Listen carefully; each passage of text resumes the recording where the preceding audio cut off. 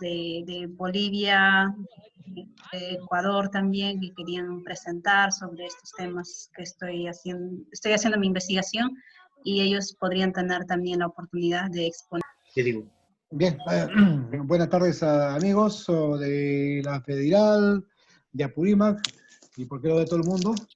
Creo que cada vez vamos llegando a más lugares, y esa es la idea, ¿no? Es la idea de este foro, de hacer posible llegar a todos y poder con los conocimientos o con las experiencias, con los tecnicismos que tienen diferentes personas de nuestra tierra y también de otros lados, que nos puedan hablar y nos puedan explicar las cosas que ellos conocen, ¿no? Entonces creo que hoy día hemos tenido en la mañana una bonita experiencia con el doctor Cristóbal Suárez, y ahora pues tenemos aquí a Johanna Miraya Osco, ¿no? Que desde Canadá ella nos va a hablar sobre la adaptación de la organización política tradicional quechua en el contexto de la extracción moderna de recursos naturales.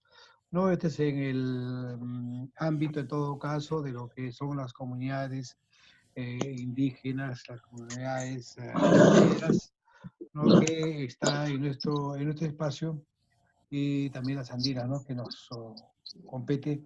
En todo caso, vamos a dejar a Johanna para que nos pueda hablar, conversar y hacernos entender este tema de la mejor manera.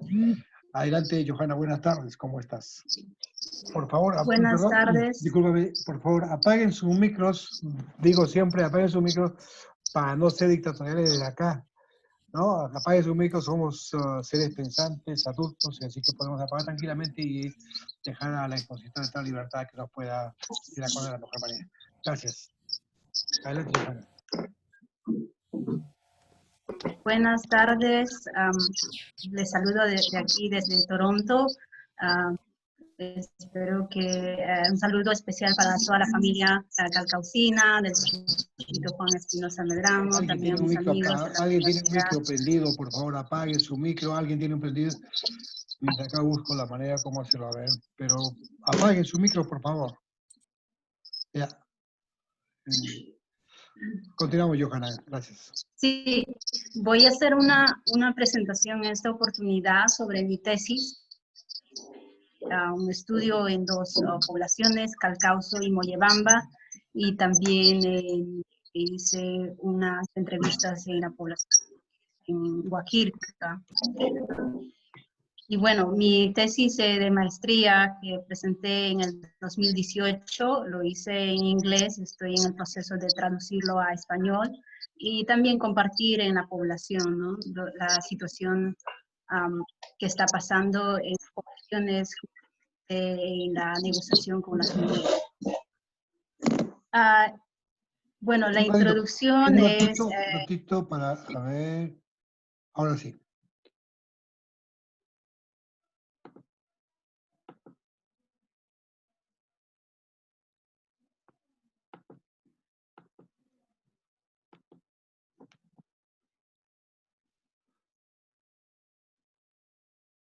¿Me escuchas? ¿Escuchas, Diana?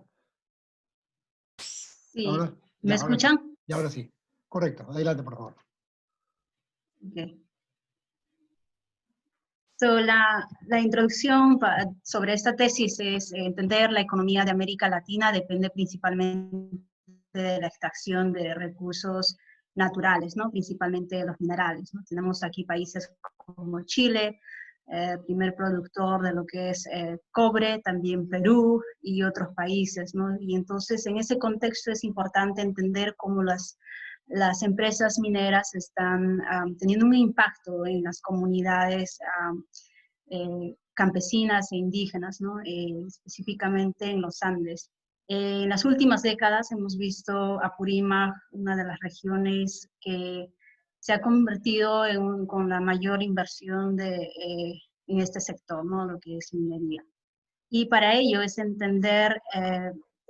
importante entender las organizaciones políticas de estas comunidades, cómo se organizan, cuáles son los factores que influyen, y de esa manera va a permitir hacer una buena negociación con las empresas, ¿no? Y el tema principal de mi tesis básicamente es cuáles son las organizaciones que ayudan o que permiten que estos ámbitos de políticos y de debate se puedan desarrollar en la mejor manera en el beneficio de la población, ¿no? Y ya descubriendo la estructura política de las comunidades, tienen sus propias estructuras políticas, sus formas de organización, tienen sus propias leyes. Eso permite también analizar cuáles son las otras organizaciones que influyen ahí. Y vemos que son las organizaciones, las asociaciones que le llamamos que se encuentran en las ciudades, ¿no? Como más conocido, por ejemplo, las asociaciones del Centro Unión Juan Espinosa Medrano, el Lunarejo. Mi investigación se basa en eso, ¿no? Cómo las comunidades se construyen en las áreas urbanas y qué influencia tienen las comunidades y cuál es la relación. Bueno, mi esquema de presentación, rápidamente voy a hacer la introducción y las metodologías de investigación. Voy a cambiar un rato. La importancia de la investigación. ¿Por qué es importante este tipo de investigación? Vemos aquí una de las fotos que tomé el año pasado sobre, esto era una discusión, este es el local de Calcauso que lo llamamos, ahí vienen muchos residentes de Lima y se organizan, es un espacio jerárquico donde se discute sobre políticas de la comunidad, también de los residentes, y también es un área donde todos puedan disfrutar, por ejemplo, lo que es el deporte, ¿no? Uno de los, creo que todas las familias siempre han participado en estos espacios, es una forma de organizar, ¿no? Y también se realizan costumbres, ¿no? Y aquí tenemos ya las poblaciones también que tienen sus propias asambleas, y vamos a ver cuál es la relación entre estas dos organizaciones, tanto en las áreas rurales y en las áreas urbanas. ¿Y por qué eso? Es importante analizar por la rápida expansión de la minería en los Andes, cómo esto influye, y explorar cómo las comunidades pueden controlar el desarrollo de sus tierras comunitarias.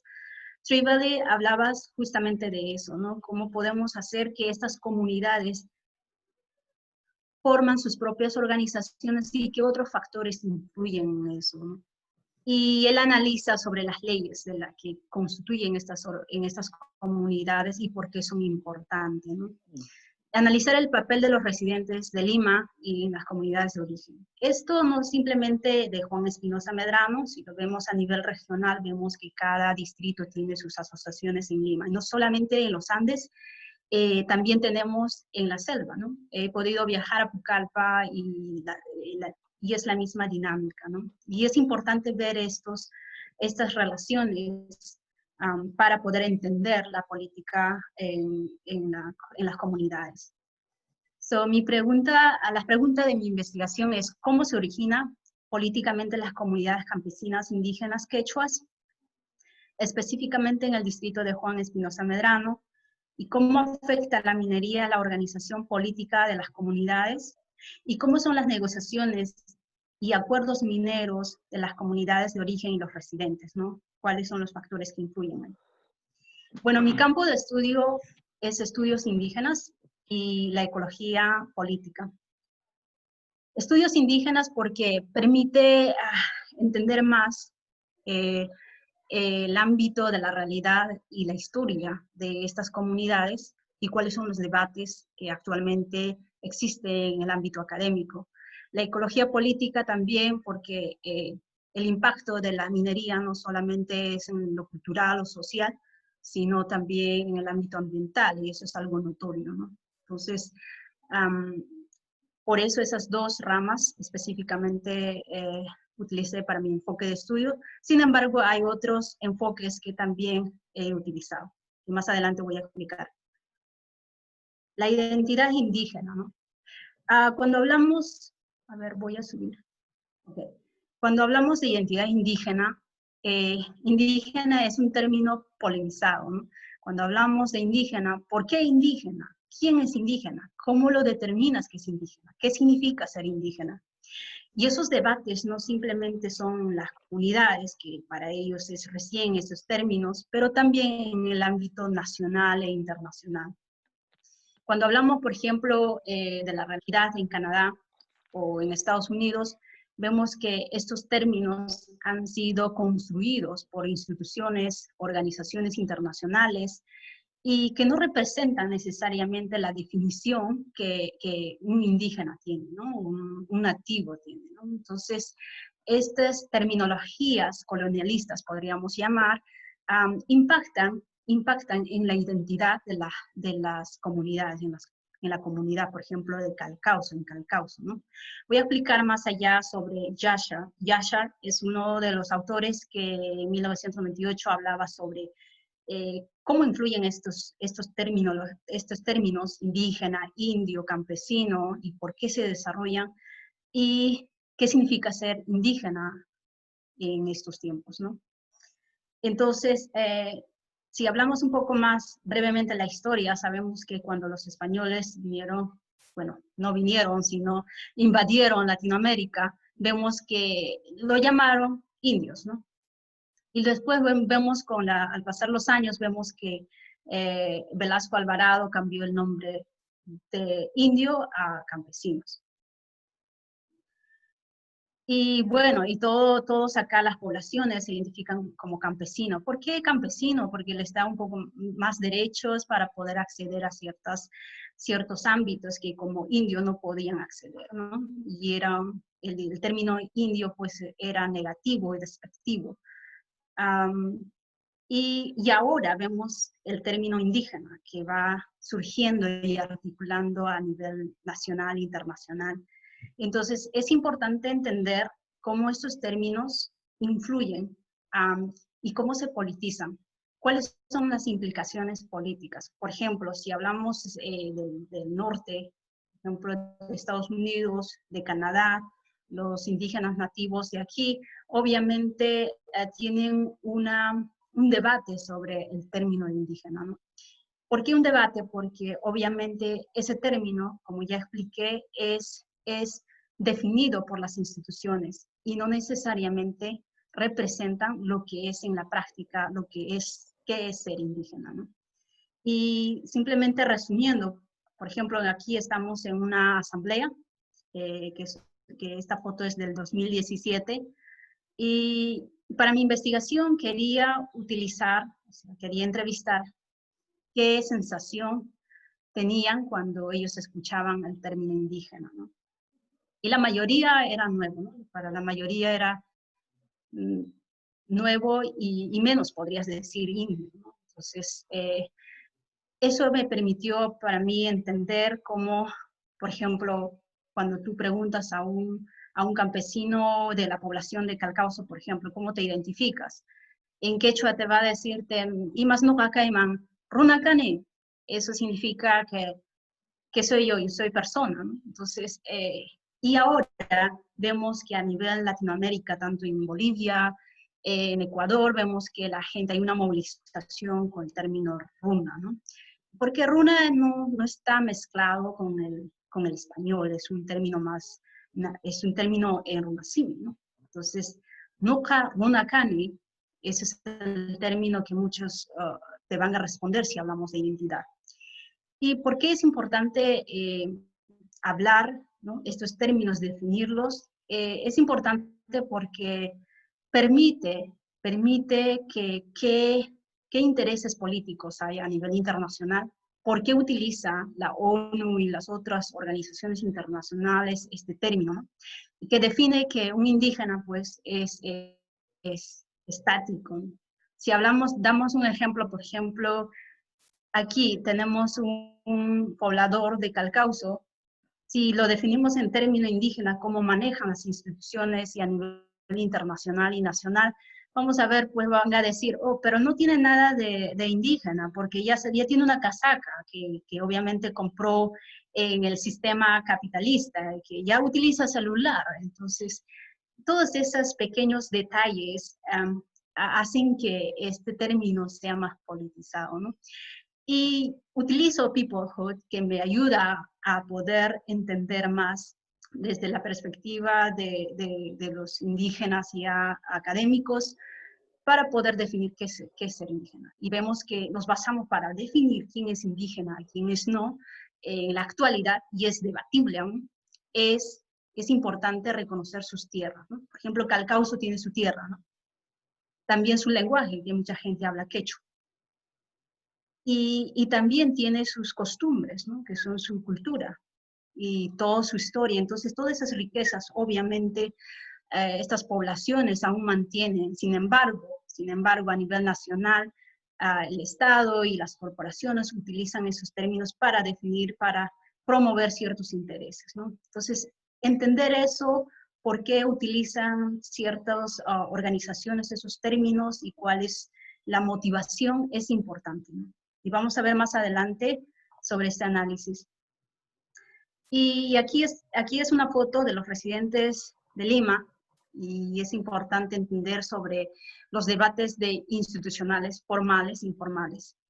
A veces nos hemos quedado en ese debate, en esa dicotomía, instituciones formales que representan instituciones informales, ¿no? Institución informal, muchas veces hay una connotación negativa. Sin embargo, Klebert y otros autores hablan también sobre el trabajo de bricolage. En vez de estar discutiendo sobre formal, informal, sobre estas instituciones, debemos entender cómo influyen estos en las comunidades y cómo estos debates entre informal y formal son, pues, se tienen que conjuntamente entender como una forma de que se cambie sobre el tiempo, ¿no? Tanto el Estado a veces tiene sus leyes y quiere impactar o quiere imponer en las comunidades tienen sus propias leyes y muchas veces el Estado no los reconoce y todos esos debates. Y es importante que la institución tiene que reconocer las leyes también, las formas de vivencia del gobierno de estas comunidades, ¿no? Como en México vemos que los usos y costumbres y la gobernanza en estas comunidades es importante que el Estado nacional pueda entender y también respetar su autonomía. Aquí estamos ya en una faena. Tomé esta foto también en 2017. Aquí la comunidad haciendo un trabajo que lo llamamos por cuadrillas, y cada cuadrilla tiene que hacer un trabajo que en términos de quechua podemos llamar minca, ¿no? Y en otros lugares, como por ejemplo en México, en Guatemala, tienen otros nombres también nativos. Entonces, este trabajo es colectivo, ¿no? Y tiene sus propias leyes, quienes participan, quienes no, y así se forma, así van construyendo, así van organizando la propia comunidad. Ahora, ya entendiendo más la comunidad y cuál es la dinámica, vamos a ver los raíces de los migrantes, ¿no? Los que vinieron de la población para buscar oportunidades a las ciudades, ¿no? Y vemos que la migración urbana en Perú comenzó en la década de los 1940. Hay muchos autores hicieron varias investigaciones en este tema, y comenzó la migración en 1950 de las zonas rurales a la ciudad. En 1990 la organización va estructurando su formalización, ¿no? Entonces, si vemos, muchos migrantes han venido a estos espacios urbanos y obviamente han visto esta realidad, ¿no? ¿Quién no se acuerda de estas fotos de muchos de nuestros paisanos que han llegado a la ciudad? Y ha sido difícil para ellos, ¿no? No ha sido fácil porque obviamente han llegado a un espacio donde no conocen, muchas veces sufriendo de racismo y explotación. Y para enfocar más, ¿no? Las mujeres, ¿no? Las mujeres cuando llegaron aquí donde iban a trabajar, muchas veces llegaron a trabajar en casas donde recibieron muchas explotaciones, y tanto los hombres también. Entonces, es importante entender la historia de nuestros paisanos, cómo llegaron a las ciudades, y por qué es importante entender su historia. Nos permite también analizar más cuánto nuestros antepasados han sufrido, no simplemente desde la invasión de los españoles, sino con el capitalismo, la globalización también ha hecho que estas comunidades tengan que salir hay una presión fuerte para salir con el término de desarrollo y para buscar otras oportunidades, y han llegado a estas áreas y no ha sido nada fácil para ellos, ¿no? Y solamente para concluir en esta presentación, en estos espacios, obviamente, ellos tienen esa noción de comunidad, ¿no? En su comunidad, cómo entre ellos pueden seguir, reproducir la comunidad, como lo llaman en términos académicos, han utilizado estos espacios urbanos para para tener esa reproducción de comunidad, que lo llamamos, por ejemplo, en Calcauso es local de Calcauso, ¿no? Un espacio donde todos los paisanos venimos a reunirnos y hablar sobre diferentes temas políticos, sociales, económicos, ¿no? Y ahora, ¿y por qué es importante hablar sobre la minería, ¿no? Porque Apurímac en las últimas décadas, seguramente Dionel nos va a hablar un poco más sobre esto, pero justamente este mapa es de Cooper Action. Apurímac se ha convertido en uno de los departamentos con más inversión. Acá vemos que las concesiones mineras, más del 64%, ¿no? Y la situación de mi investigación se basa, por ejemplo, esta es la comunidad de Calcauso, y aquí una foto que tomé en el 2017, juntamente con todos los residentes que se reúnen aquí del distrito de Juan Espinosa Medrano. Acá se encuentran los diferentes presidentes de Calcauso, Silco, Vito, Mollebamba, Santa Rosa, para determinar ciertas acciones, ¿no? Y esas acciones que ellos determinan también influyen en la comunidad, ¿no? Y así podemos tener una escala de diferentes comunidades, cómo se desarrollan. Y muchas veces en la comunidad, cuando tú hablas de los residentes últimamente, pues hay una discrepancia, ¿no? Y no vemos la realidad, también no es fácil para los residentes. Aquí vemos las mamás trayendo un poco de café en pleno frío, esto lo tomé también en el 2017, tratando de organizarse, ¿no? No podemos decir que los residentes tienen una vida ya estable, muchos de ellos están en una lucha, ¿no? Viven en áreas rurales donde aún todavía la lucha para poder sobresalir, para estabilizarse económicamente, no es fácil. Entonces, y para poder movilizarse y ir a las asambleas, no es fácil para muchos miembros de los residentes, ¿no? Y es importante entender eso también, las necesidades de los residentes. Mi metodología de estudio. Estudio es el caso comparativo, hice un caso comparativo de dos comunidades, y mi teoría fundamentada es métodos mixtos, que lo llamamos, que es cuantitativo y cualitativo, ¿no? Hice más o menos 70 entrevistas en las dos comunidades y una parte en Huaquirca, y 185 encuestas para poder entender más o menos cuál es la perspectiva de la comunidad sobre la minería. Y los resultados, ¿no? Esto es una imagen que lo saqué el año pasado. Este es el río de Mollebamba y este es el río de Calcauso. Los resultados obviamente indican la fuerte presión económica global. Si hablamos de globalización, pues ahora hay una conexión entre poblaciones, pequeñas poblaciones y el área urbano, a nivel internacional lo mismo, pero ya cuando hablamos con la presión neoliberal sobre cómo hay una presión fuerte para que puedan introducirse las empresas mineras a estas áreas, a estas comunidades, y analizar sobre si estas comunidades están preparadas para enfrentar o hacer mejores negociaciones con las mineras, es importante, ¿no? El papel particular de los migrantes es importante, ¿no? Creo que está en nosotros, muchos no vivimos en la comunidad, ¿no? Muchos estamos en diferentes lugares, en diferentes espacios, y es importante entender de qué manera podemos nosotros contribuir para que estas poblaciones tomen las mejores decisiones. Y no es fácil, ¿no? Porque si vamos a ver más adelante, hay un conflicto tremendo que se ha generado entre miembros de la comunidad debido a la introducción de las mineras. Aquí está en inglés, lo siento, más no pude traducirlo a español, pero básicamente aquí lo que vemos es que aquí son las áreas rurales, las comunidades, por ejemplo, Calcauso, Moyobamba, se relaciona directamente, de acuerdo a la cantidad de población, se relaciona con las asociaciones que le llamamos en las áreas urbanas, ¿no? Y, por ejemplo, si hablamos a nivel ya provincial, Antabamba también obviamente tiene sus propios residentes que se forman. La relación es directa e indirecta, ¿no? Aquí es una foto que lo tomé también en el año 2017.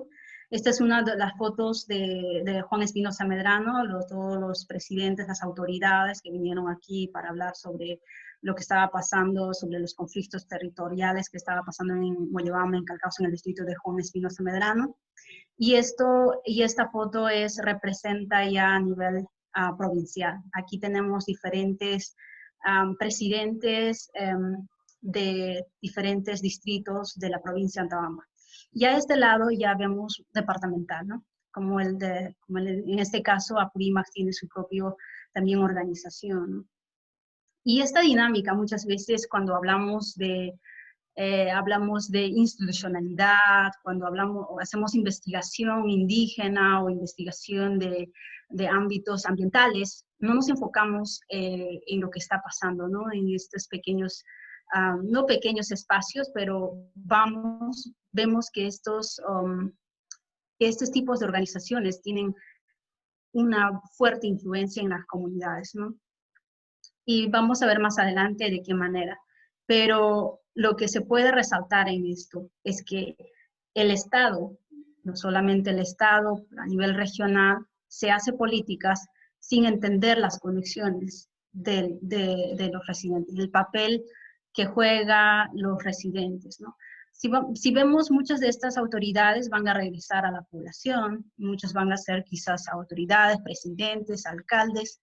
Entonces hay una relación fuerte. La forma de pensar de estas autoridades obviamente van a cambiar en la comunidad, ¿no? Entonces creo que eso repercute bastante. Entonces, en esas relaciones que existen, tanto la comunidad y los residentes de Lima, ¿cómo afecta la minería, ¿no? Y específicamente en la negociación. Esto es una de las encuestas que realicé. ¿Es la minería una oportunidad para la comunidad? Entonces la respuesta ha sido variada, ¿no? Obviamente en Moyobamba la mayoría estaba de acuerdo que la minería era una buena oportunidad. En Calcauso no. Estoy hablando esto del año 2017 en el cual hice mi investigación. Todos los datos están en mi tesis. La preocupación de los efectos futuros que podría causar la minería. Acá tenemos, por ejemplo, Calcauso, ¿no? ¿Cuál era la preocupación de los comuneros? Por ejemplo, si le preguntas, ¿qué efectos va a causar la minería? Si preguntas tanto en Calcauso como Moyobamba, las dos comunidades, y también podría hablar de Huaquirca, todos los miembros de la comunidad respondían que la contaminación ambiental era uno de los problemas más graves y muchos tenían obviamente mucha preocupación sobre ello. División de la comunidad, y eso era otro problema porque la división sucede que cuando hay la introducción a la minera y para hacer en sus asambleas, siempre había esa división, quién está con la mina, quién no está con la mina. Eso era como una estrategia en la población, utilizada tanto por las empresas, porque al momento de haber división, obviamente es más fácil para poder introducir sus propios intereses, ¿no? En este caso era mejor para las empresas que las comunidades estén divididas, ¿no?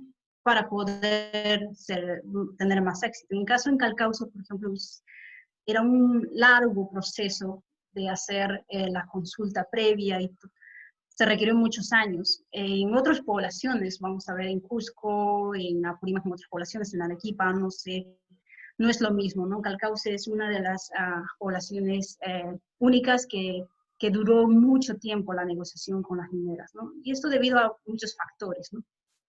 Pero la mayoría de las comunidades han visto que sus miembros de la comunidad hay una mayor división. Entre ellos, tú estás con la mina, ¿no? Yo estoy con la mina y hay un conflicto, ¿no? Y eso pues es una distracción porque no estamos enfocándonos en la realidad. ¿Cuál es el problema real? El problema real es económico, obviamente, la realidad de estas comunidades, la realidad y el impacto ambiental que va a causar.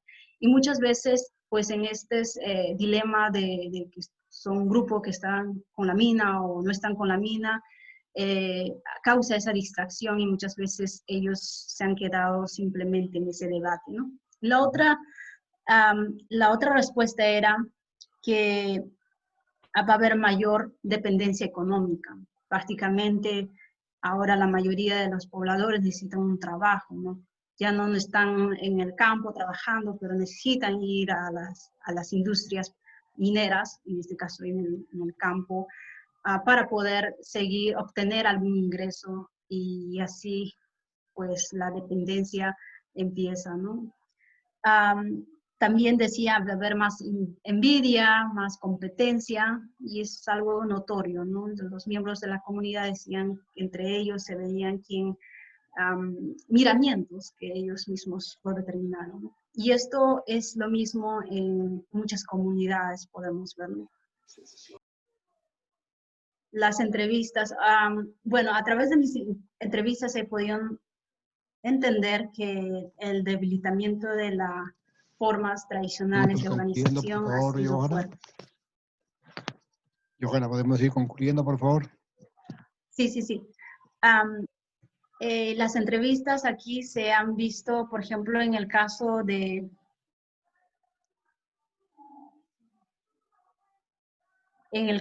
Moyobamba, ¿no? Creo que esto es importante resaltarlo, porque uno de los comuneros de Moyobamba lo decía, ¿no? Los antepasados trabajaron por el amor del pueblo y la gente, no por la plata. Como ahora solo por dinero la gente quiere ser presidente de la comunidad. Esto es simplemente un detalle, ¿no? Casi la mayoría de las poblaciones que he entrevistado tienen las mismas nociones, ¿no? Que la mayoría ahora hay una competencia para asumir, por ejemplo, una responsabilidad de presidente. La pérdida de la economía moral, ¿no? Y ahí estamos hablando del AINE y la MINCA. Ya, por ejemplo, creo que la mayoría conoce el caso de Moyobamba y otras poblaciones que había un tiempo que dejaron de trabajar, ¿no?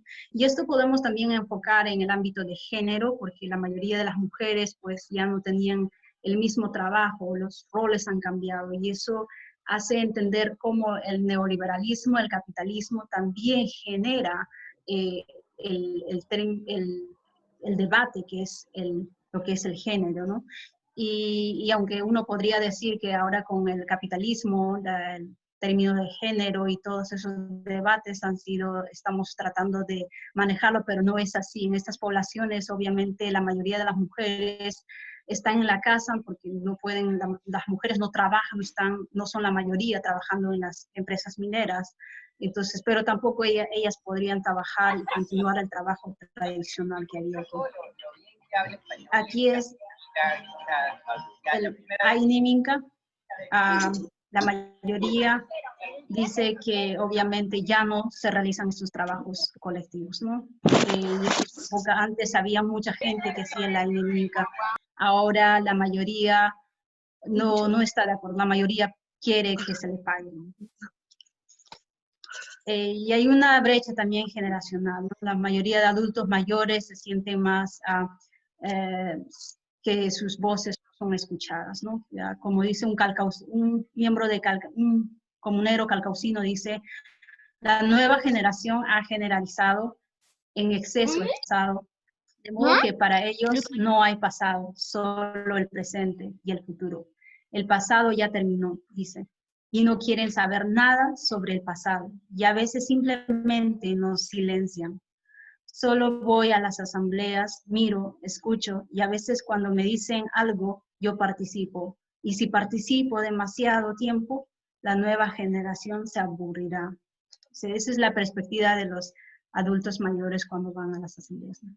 Esa es la discusión que ya estaba hablando. Podemos en el ámbito de preguntas hablar más sobre temas indígenas y tierras comunales. Ok. Para concluir, creo que es importante determinar cuáles son los factores en estas comunidades que influyan para que estas comunidades mejoren y cuando hablamos de desarrollo es importante analizar qué significa desarrollo para estas comunidades, ¿no? La mayoría de las comunidades, los miembros de la comunidad, no es que están en contra de la minería o no quieren minería o todos esos conflictos que hemos puesto, ¿no? La mayoría quiere obviamente un desarrollo, pero un desarrollo sostenible, un desarrollo que ellos mismos tienen el concepto de desarrollo, ¿no? No es un desarrollo impuesto desde el ámbito occidental para ellos, no es parte de ellos, ¿no? Y creo que eso requiere un estudio con más profundidad y uno de los autores, Arellano, habla bastante de eso, ¿no? Que también la distribución del canon minero se debe fomentar más. La importancia de las organizaciones políticas y sus comunidades y las asociaciones de los residentes. Creo que esta investigación necesita más, requiere que más estudiantes también puedan hacer estudios de esto, ¿no? Porque en el futuro va a repercutir de esta forma, podemos encontrar quizás otros tipos de proyectos, podemos para el desarrollo de la comunidad, ¿no? No solo depender de la industria minera, ¿no? Básicamente Perú y Latinoamérica depende simplemente de la extracción cruda de los minerales y hasta ahora no se ha visto ninguna industrialización ni nacional, ¿no? Cuando hablamos, al menos Bolivia tiene una industrialización que ha sido enfatizada bastante desde la perspectiva indígena, pero en caso de Perú no tenemos minerales, simplemente se extraen y se exportan. Okay. Gracias. Ok, Johanna, muchas gracias. Puedes cerrar tu pantalla, por favor.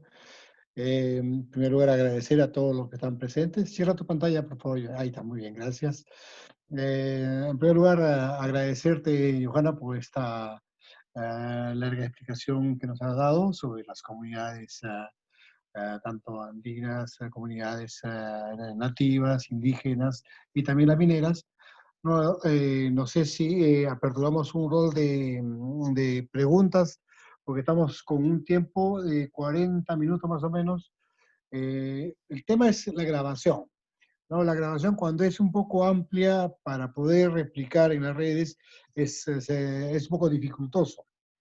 Entonces, yo propongo centrar un poquito la conversación en base a lo que ha dicho Johanna y después damos paso pues a Dionel para que nos pueda también hablar sobre lo que está pasando en la montaña de siete colores, ¿no?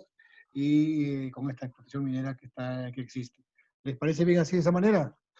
Ya entonces, en cuanto a Johanna, voy a empezar con algo que sí que me parece importante, aparte de recordar algunas cosas que hemos visto nosotros en nuestra niñez en Andahuaylas, por ejemplo, y las asambleas comunales que siempre ha habido y que ha sido producto inclusive de la creación de un partido político como Acción Popular, ¿no? Que antiguamente esa era la forma como trabajaban los comuneros o los indígenas o los campesinos después llamados por Velasco y ahora llamados indígenas y de repente más adelante erunas, no sé en qué llegaremos, pero creo que hay acciones como esa que siempre se han dado, ¿no?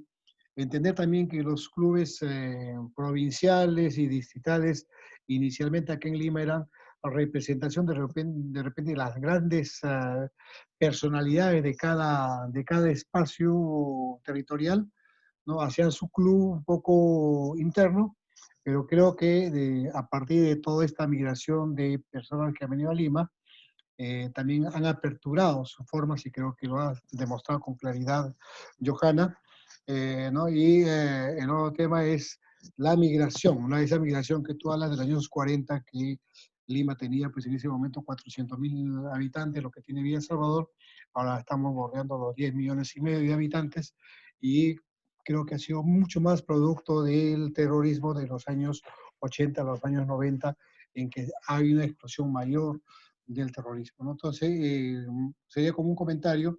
Entonces, aperturamos algunas opiniones, preguntas del público. No sé quién tomaría la palabra. Por favor, todos sus micros apagados El que desea hablar, levanta la mano y abre su micro, por favor. Doctor Domingo, adelante. En primer lugar, para felicitar a Johanna por hacer una investigación para conocer la realidad de nuestros pueblos. Lamentablemente, antes no ha habido un estudio similar. Por ahí el propio comunero no conoce el potencial de recursos económicos, no conoce su historia y otras necesidades. En ese sentido, esta apertura de la investigación de Johanna es muy motivador para la nueva generación. Lo que sí nos invita es a convocar a la nueva generación a continuar con este tipo de investigaciones y en algunos términos que ha utilizado, por ejemplo, el término indio viene con España y antiguamente, digamos, en la región se utilizaba la denominación de runa. Por ejemplo, cuando había un pregón, Uyarich era una cuna, decía, no hay nadie hablaba, digamos, de indio. Entonces, estos términos un poco artificiales que ha traído España ha generado un prejuicio, es utilizado como un complejo. Entonces, creo que hay necesidad de reivindicar a la primigenia denominación. Por otro lado, el problema en el tema minero es determinar, digamos, si Calcauso, Moleamba, Apurímac y el Perú es minero o es agrícola. Ese tema de investigación va a determinar porque ninguna investigación, ninguna inversión hace que los pueblos logren su desarrollo. El inversionista viene a ganar, no para lograr el desarrollo de los pueblos. En esa perspectiva quisiera, digamos, compartir con los participantes para luego, digamos, de repente en la segunda exposición poder, digamos, desarrollar ese tema. Muchísimas gracias. Ok, doctor. ¿Alguien más? Entonces vas apuntando de repente algunas cosas, Johanna, para que tengas una respuesta final, por favor. ¿Alguien quiera intervenir? Necesitar. Sí, doctor Américo, adelante. Un favor, sumak sipacha Johanna Rimaikuyaiki. Kusikuniku, nos alegramos de que en la investigación que has hecho hay propuestas y además hay compromiso que hay que desenvolver, de realizarlas. Entonces te agradecemos desde ya, tú que eres de una nueva perspectiva y este grupo generacional, creo que en este poco tiempo que nos hemos dado al bicentenario, podríamos buscar unos tipos de proyectos de desarrollo que ya la población nos están pidiendo. Desde ya agradecerte, por favor.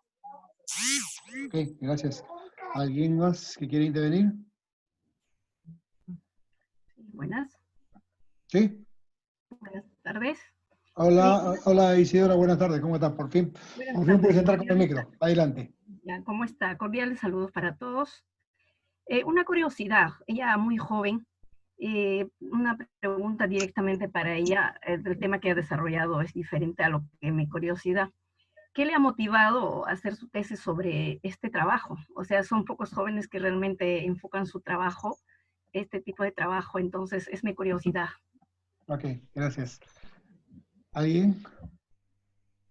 Yo, buenas tardes. Aló. Hola. Aló, buenas tardes. Hola, ¿quién buenas habla? Hola. ¿Pueden abrir sus cámaras?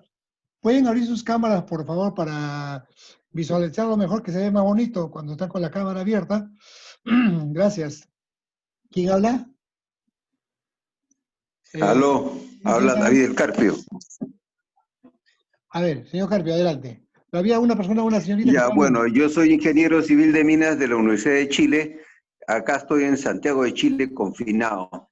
Muy buena la observación que hace, pero yo he estado desde el año 2007 en el problema de tía María Sauder.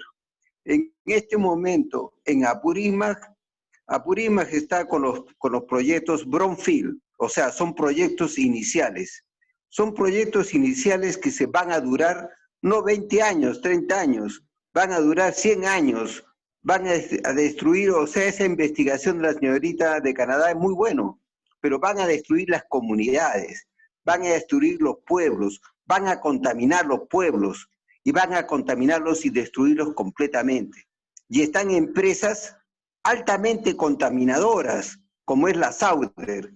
La Sauder mató más de 200 personas en el río Sonora, más de 400 kilómetros de contaminación. Está el señor Roque Benavides con Buenaventura, con Panoro, con todas esas empresas contaminadoras. O sea, yo creo que ya en este momento los pueblos indígenas, indios, campesinos, lo que sea, tienen que unirse para salvar su comunidad, porque van a destruir su agricultura de sostenimiento, y después ya no va a haber alimentos.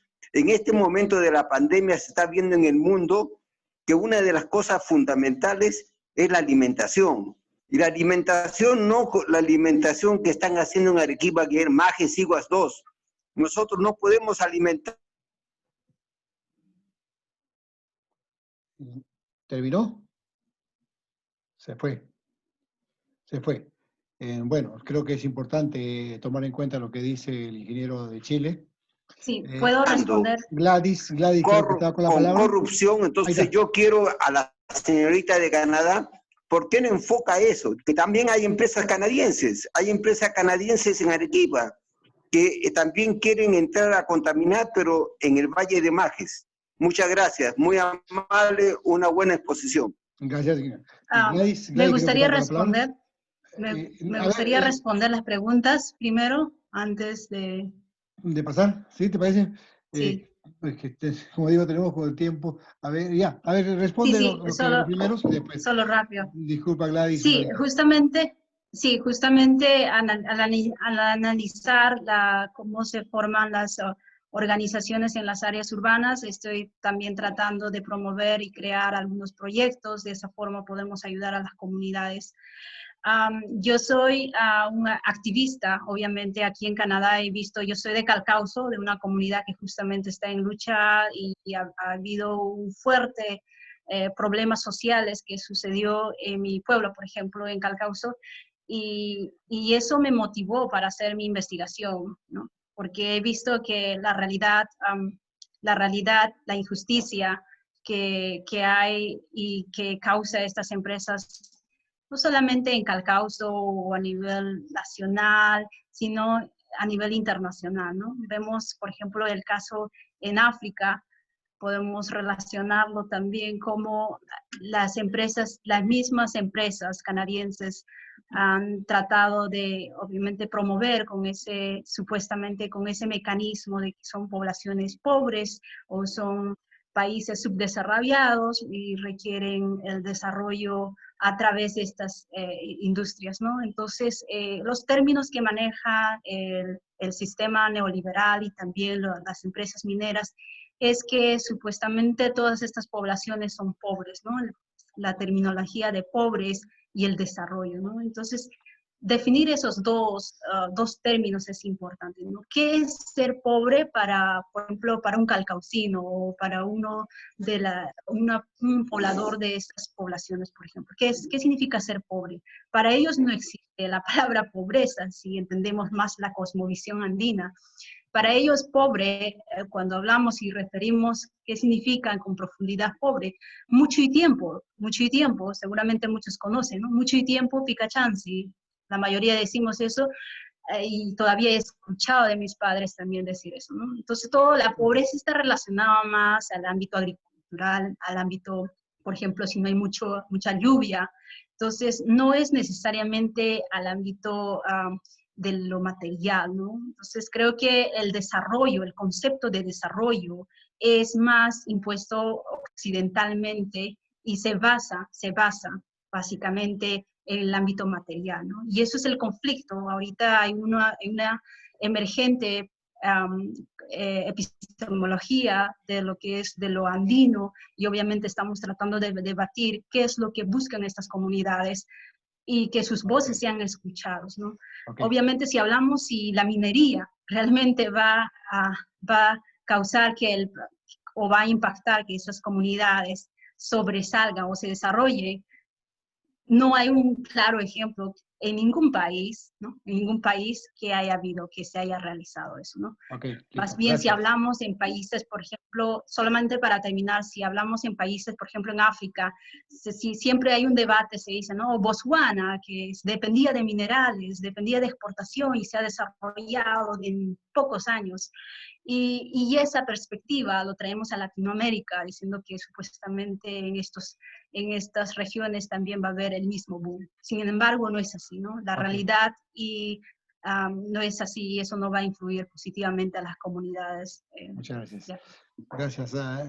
Bueno, acá tenemos, ahí están 3 personas a la espera. Gladys en primer lugar, después César y después Kevin. Kevin Ronnie, por favor.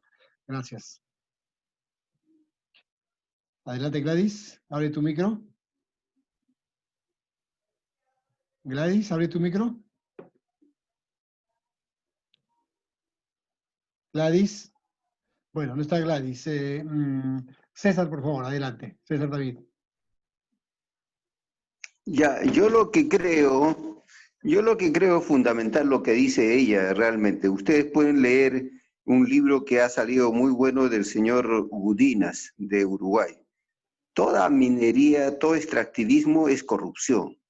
Y todo extractivismo es corrupción porque trae pues la corrupción, cambia los modelos de producción, cambia los modelos de producción de la parte agrícola. Y yo creo que el indígena, nuestro indígena, campesino, indio, lo que sea, está más bien, ¿cómo se llama? Tiene un valor productivo muy alto. ¿Por qué? Porque el Estado, todo el Estado de la época del virreinato hasta ahora, nunca le ha dado apoyo técnico, ni apoyo agrícola, nada. ¿Por qué? Porque no quieren hacernos dependientes. Y cuando entren las minerías, ¿qué es lo que va a producir en nuestra gente autóctona del mismo? Un consumismo. Consumismo, prostitución, alcoholismo, de todo. Les van a meter igual como nos metieron los del virreinato. Entonces tenemos que cambiar los modelos de producción. Y cuando dice ahí, veamos cómo se llama, cómo negociamos, nada de negociación, señores. Nada de negociación. Es por eso que, ¿qué es lo que han hecho ahora en este momento? El Estado, los poderosos, lo que hacen, ¿qué? Protegen a las grandes empresas mineras que están metidos todos ellos, la Confieti y todo esto. Entonces lo que tenemos que hacer es que unirnos todos completamente, nuestros pueblos, por defender nuestros recursos naturales contra la contaminación. Muchas gracias. Me confundí, disculpa, Galaxy, es Galaxy. Dije Gladys, disculpa. Adelante, Galaxy A10. Mis queridos amigos, tengan ustedes muy buenas tardes. Qué buena ocasión para tener que compartir asuntos de mucha importancia y de interés para nuestra provincia. Debo pregonarle a los 4 vientos, partir de lo siguiente, mis queridos amigos. Apurímac y toda nuestra sierra del Perú es una población, un conjunto de personas que se dedican exclusivamente a la actividad agrícola, ¿no? Entonces, este hecho tiene que hacernos reflexionar de manera muy profunda para tener que empezar a comentar sobre la minería. La minería hace buen tiempo se ha presentado en Antabamba, ¿no? Y han manifestado de que están yendo a mejorar las condiciones de vida de los pobladores. Pero si entendemos de que la minería prácticamente va a malograr nuestro medio ambiente, nuestro aire, nuestro suelo y nuestras aguas. Y no solamente eso, sino también el impacto social va a ser grande, como ha ocurrido últimamente. Entonces, mis queridos amigos, nosotros no podemos soportar la acción de la minería.